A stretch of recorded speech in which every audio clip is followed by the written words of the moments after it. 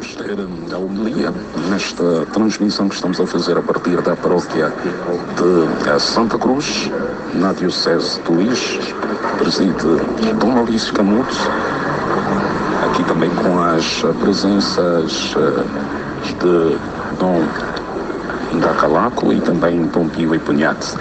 Daqui a pouco então vamos ter Dom Maurício Canuto. O projeto de Cristo é um projeto de vida e não de morte. Somos convidados a assentar os nossos projetos sobre Cristo, que é a rocha. Excelentíssimos e reverendíssimos senhores bispos Dom Pio e Dom Leopoldo,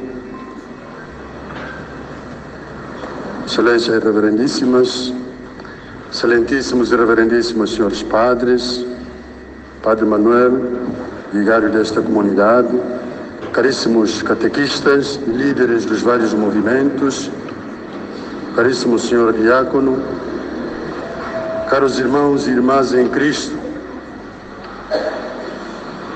Kiambotekeno. Há 2 domingos, diante da Samaritana, o Senhor Jesus apresenta-se como aquele que dá água viva. Quem dela beber, nunca mais terá sede. Ele nos dá essa água por meio da sua palavra, por meio dos seus ensinamentos. Mas nós nem sempre os aceitamos, nem sempre aceitamos a sua palavra. No domingo passado, o Senhor Jesus curou o cego de nascença, mostrando assim que Ele é a luz que veio ao mundo para iluminar os homens, para iluminar a sua vida, para dar luz aos homens. Mas, como sabemos, os homens nem sempre aceitam a luz, preferem caminhar nas trevas, caminhar no ódio, na mentira, na corrupção, na violência e praticando as injustiças. No Evangelho de hoje, o Senhor vai concretizar aquilo que Ezequiel anuncia ao povo que tinha sido dominado, destruído e exilado na primeira leitura que escutamos. O profeta anuncia a vinda do Espírito, que vai libertar e restaurar a vida do povo de Deus. Jesus vai tornar realidade este anúncio. Apresenta-se como a fonte de vida ao fazer com que Lázaro ressuscite, ou ressuscitando Lázaro depois de 4 dias no sepulcro. E estes 4 dias para nos indicar que estava mesmo morto. Era a prova de que Lázaro estava morto. Na primeira leitura, Ezequiel anuncia a um povo que foi esmagado, deportado, desmoralizado, a ressurreição. Anuncia a ressurreição, anuncia a nova vida a este povo. O Espírito de Deus, Criador e Libertador, dará vida ao seu povo aniquilado pela desgraça. É o que o Senhor Jesus faz no Evangelho. Aquela família de irmãos, símbolo da igreja, símbolo da comunidade eclesial, o Senhor vai animar, vai dar vida, fazendo com que Lázaro volte à vida. Sim, as irmãs de Lázaro encontravam-se na tristeza, na angústia, porque o irmão acabava de morrer, e avisam imediatamente a Jesus que o teu amigo Lázaro morreu. Portanto, encontram-se na tristeza. É interessante, a leitura não nos fala dos pais de Maria, Marta e Lázaro, só os irmãos, para indicar justamente a igreja. A igreja é a comunidade dos irmãos. Portanto, esta família simboliza a igreja. Ouvimos a lamentação das irmãs Marta e Maria. Se tu estivesses aqui, meu irmão não teria morrido. Quantas vezes também nós queremos que o Senhor esteja ao nosso lado nos momentos de dificuldade, nos momentos difíceis, críticos da vida. Bem gostaríamos também que o Senhor estivesse aí. E às vezes perdemos o pé, perdemos a fé, nós cristãos, Esquecemos-nos que o Senhor está sempre ao nosso lado. Estarei sempre convosco até ao fim dos tempos. Mas nós nos esquecemos que Ele está ao nosso lado. O Senhor quer levar a fé de Marta e Maria a um nível superior. Por isso responde: eu sou a ressurreição e a vida. Quem crê em mim, ainda que tenha morrido, viverá. Jesus confirma mais uma vez que Ele é o Messias enviado por Deus, pois tem o poder de dar a vida. Sim, era um dos sinais do Messias, ressuscitar os mortos, como lemos no capítulo 61 de Isaías. Por esses sinais, o povo, os escribas, os fariseus, podiam ou deviam descobrir nele o Messias enviado por Deus. Mas isso não acontece. Por isso Jesus realiza este milagre, e como diz, para que se manifeste a glória de Deus. E para que através da manifestação da glória de Deus, reconheça o povo que Ele é o Messias, é o enviado de Deus. E Jesus realiza este milagre porque onde está Deus, não pode reinar a morte, porque Deus é o Senhor da vida. É um Deus de vivos e não de mortos. Portanto, aquilo que foi anunciado por Ezequiel na primeira leitura é concretizado por Jesus durante a sua vida terrena.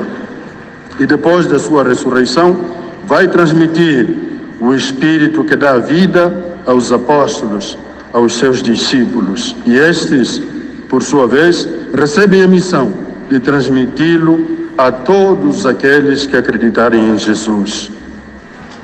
Esta é a missão da Igreja: dar vida. Cheia do Espírito de Deus, cheia do Espírito de Cristo, a Igreja deve dar vida, deve ser portadora de vida, deve animar os homens para que se empenhem cada vez mais em favor da vida. O projeto de Deus para os homens é que estes tenham vida e a tenham em abundância. Mas para isso é preciso receber o Espírito de Deus, ser animado por este Espírito para que o seu agir, o agir dos homens, as suas obras, sejam em conformidade com o projeto de Deus. E isso é confirmado na segunda leitura. O Espírito de Deus no homem renova-o interiormente e o homem passa a ver o mundo com os olhos de Deus. O homem passa a pensar e a agir segundo a vontade de Deus. Quando assim não acontece, o homem constrói caminhos de morte. Sim, constrói caminhos de morte. Pode ter tudo, pode ter todas as riquezas, todos os bens, mas vive como morto. Assim Deus viu o povo de Israel depois do regresso do exílio. Vivia como morto, sem ânimo, sem coragem para reconstruir a vida, para reconstruir a cidade. Muitos povos também vivem assim. E pode ser que nós também estejamos a viver assim. Mesmo depois de tantos anos do fim da guerra, continuamos a ver sinais de guerra. Ainda há casas com sinais de tiros, sinais de balas, sinais de bazucas.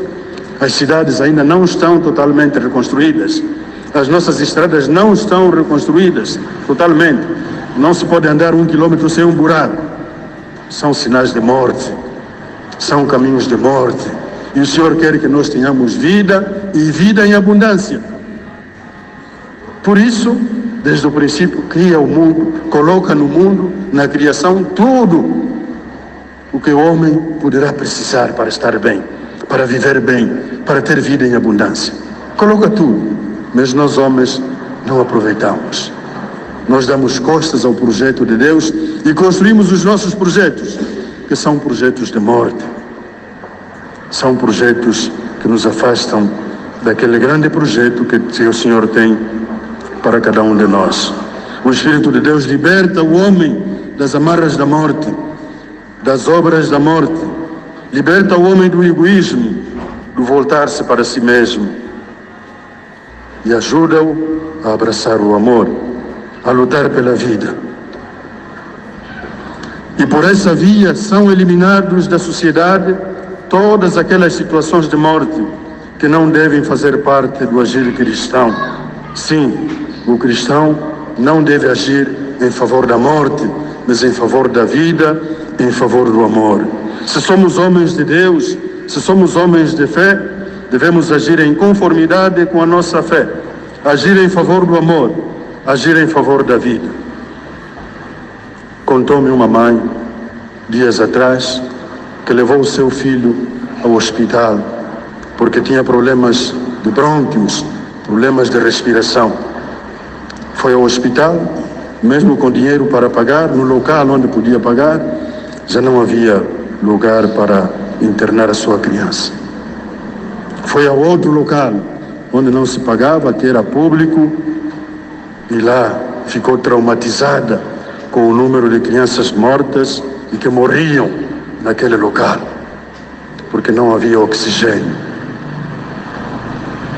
Mas é interessante, não é que não havia, mas porque aquelas pessoas não podiam pagar para que os enfermeiros, os técnicos, colocassem as máscaras ou as máscaras de oxigênio para as suas crianças respirarem. Numa terra, como diz a Bíblia, onde corre leite e mel. Crianças morrem por falta de oxigênio. São projetos de morte. Construímos hospitais bonitos, grandes, muito material técnico, tecnologia de ponta, mas muitas vezes nem sabemos trabalhar com essa tecnologia de ponta e esquecemos-nos do essencial, que é a pessoa humana. É preciso inculcar na pessoa o amor para com o próximo, para com os irmãos. Porque se não tivermos isso, poderemos ter tudo, toda a riqueza do mundo.